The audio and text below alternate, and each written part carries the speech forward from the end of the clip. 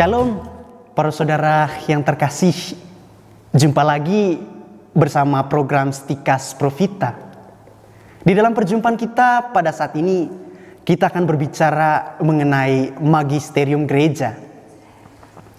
Para saudara, pernah pada suatu hari, seorang sahabat bertanya kepada saya, bila Alkitab adalah sumber kebenaran sejati, mengapa Gereja Katolik mengeluarkan ajaran-ajaran lain yang tidak ada dalam Alkitab? Misalnya seperti ajaran mengenai keperawanan Maria dan ajaran-ajaran lain mengenai Maria Ibu Yesus. Dan seorang sahabat yang lain juga pernah bertanya, bukankah ketika membaca Alkitab Allah bersabda secara pribadi kepada kita dan sekaligus juga menyampaikan maknanya kepada kita sesuai keadaan dan kebutuhan kita masing-masing? Lalu, mengapa kita perlu mendengarkan ajaran gereja? Para saudara, untuk menjawab pertanyaan ini, kita perlu kembali kepada apa yang diajarkan Tuhan Yesus dalam kitab suci.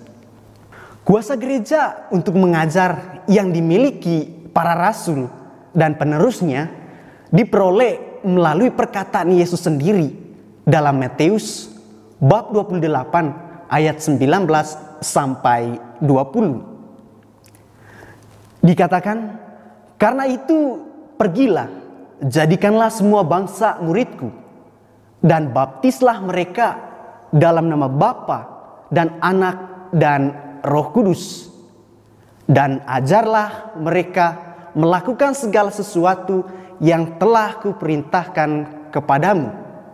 Dan ketahuilah bahwa aku menyertai kamu senantiasa sampai pada akhir zaman. Para saudara, amanat agung Yesus Kristus ini memang ditujukan bagi semua muridnya. Namun, secara khusus ditujukan pada para rasul dan penerusnya. Dalam hal ini adalah paus dan para uskup. Para saudara, sebagaimana tertulis dalam Injil Markus, bab 16 ayat 14 sampai 15, adalah suatu kebenaran bahwa wahyu ilahi yang diterima dan dimani oleh setiap pribadi merupakan sebuah hubungan personal antara Allah dengan umatnya masing-masing. Karena itulah Yesus Kristus sebagai kegenapan wahyu ilahi harus diwartakan secara utuh dan murni kepada setiap orang, agar setiap orang memperoleh kebenaran yang sama dengan apa yang telah diterima para rasul.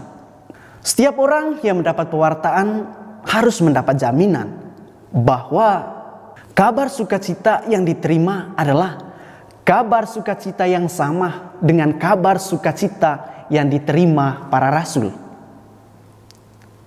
Para saudara, jaminan ini diteguhkan oleh Yesus Kristus sendiri di dalam Injil Matius bab 16 ayat 18 sampai 19. Dikatakan di sana, dan aku pun berkata kepadamu, engkau adalah Petrus, dan di atas batu karang ini aku akan mendirikan jemaatku, dan alam maut tidak akan menguasainya.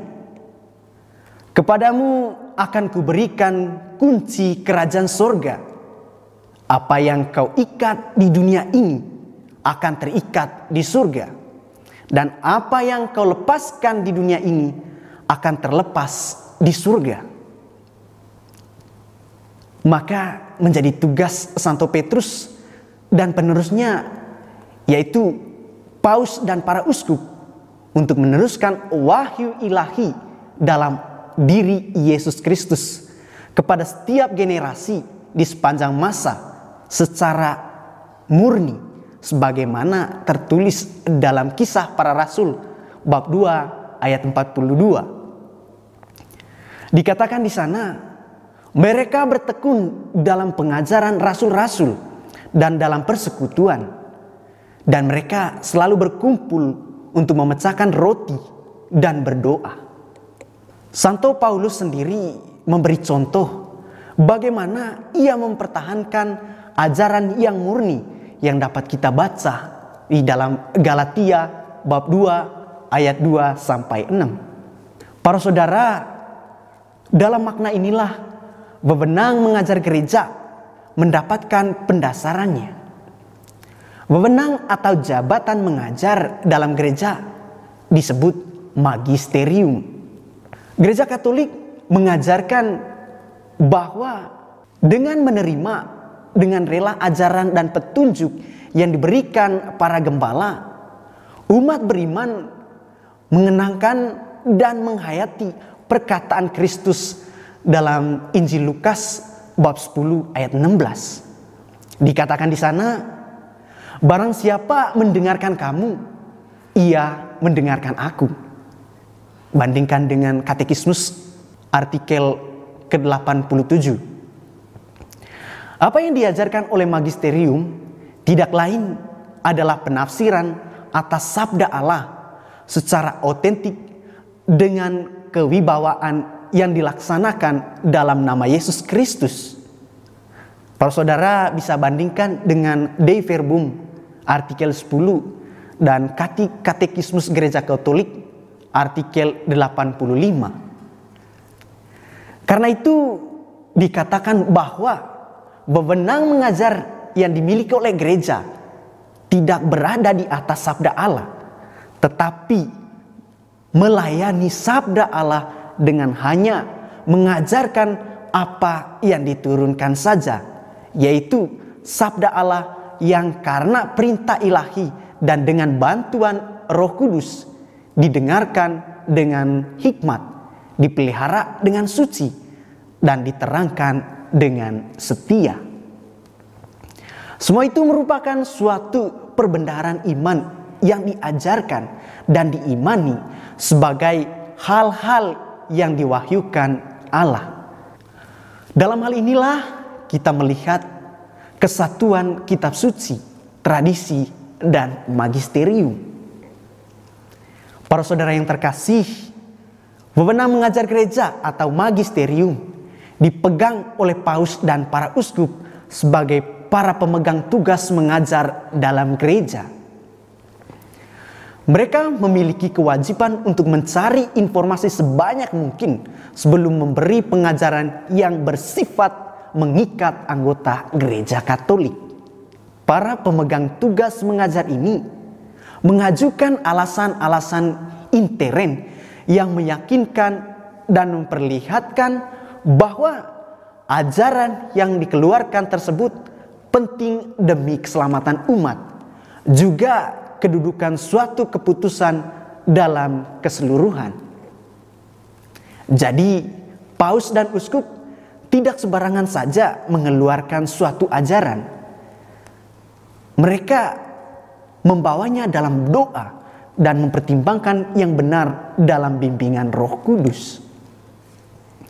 Pada akhirnya, apa yang diajarkan merupakan ajaran yang selaras dengan iman para rasul yang dimengerti dalam konteks zaman yang sedang berlangsung. Terkait dengan wewenang mengajar atau magisterium gereja ini, kita mungkin pernah mendengar istilah kebal salah atau ciri tidak dapat sesat. Istilah kebal salah atau ciri tidak dapat sesat menunjukkan bahwa suatu ajaran merupakan suatu pokok iman yang benar, dan ajaran ini tidak dapat dibatalkan atau diubah lagi. Para saudara, istilah kebal salah atau ciri tidak dapat sesat menyangkut sifat dari ajaran magisterium, di mana semua uskup dan paus berbicara secara kolegial, konsili ekumenis, dan juga paus sendiri yang berbicara secara ex cathedra dalam ajaran mengenai iman atau kesusilaan dengan tindakan definitif. Anda bisa bandingkan dengan Lumen Gentium artikel 25. Yang dimaksud dengan ex cathedra adalah otoritas tertinggi dalam gereja Katolik dan karisma kebal salah atau tidak dapat salah yang dimiliki oleh penerus Santo Petrus. Ajaran dikeluarkan ini dikemukakan untuk mengikat semua umat Katolik secara definitif. Selain yang bersifat kebal salah, ajaran magisterium dapat bersifat otentik. Maksudnya, ajaran ini tidak menggunakan wewenang tertinggi dan tetap harus diterima umat sampai ada alasan yang kuat bahwa di dalamnya terdapat kekeliruan atau karena perubahan keadaan sehingga pernyataan tersebut tidak berlaku lagi. Para saudara yang terkasih, gereja mengajarkan bahwa sebagai orang Katolik kita wajib mengikuti teladan Kristus yang dengan ketaatannya sampai mati membuka jalan yang membahagiakan bagi semua orang, jalan kebebasan anak-anak Allah. Maka kita pun sebagai umat Allah dengan ketaatan Kristiani bersedia menerima apa yang ditetapkan oleh para gembala hierarkis sejauh menghadirkan Kristus sebagai guru dan pemimpin dalam gereja. Dan janganlah mereka lupa mendoakan di hadirat Allah para pemimpin mereka, sebab para pemimpin itu berjaga karena akan memberi pertanggungjawaban atas jiwa-jiwa kita, supaya itu mereka jalankan dengan gembira tanpa keluh kesah. Para saudara, sebagai penutup, saya mengulangi kembali bahwa dalam tugas khusus melayani seluruh gereja, magisterium menerapkan kebenaran Kristus yang menyelamatkan untuk menerangi dan menjawab tantangan baru yang muncul dalam setiap zaman dan keadaan. Para saudara, kuasa mengajar ini berasal dari Kristus sendiri dan dibimbing oleh Roh Kudus dan dilaksanakan dalam seluruh komunitas orang beriman yang merupakan penerima utama wahyu diri Allah. Kebenaran yang diwahyukan dialami dan dipertahankan oleh manusia dalam komunitas.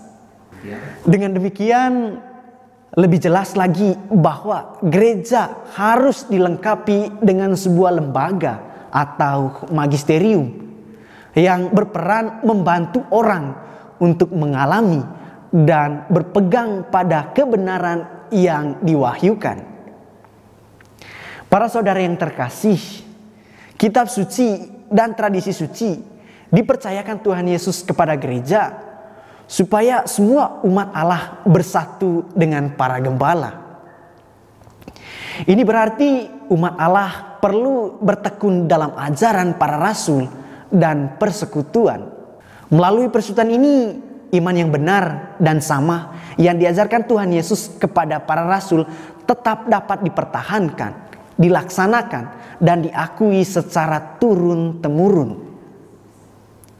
Para saudara, semoga Anda dapat mengenal dan memahami kebenaran sehingga akhirnya Anda diselamatkan. Salam Profita.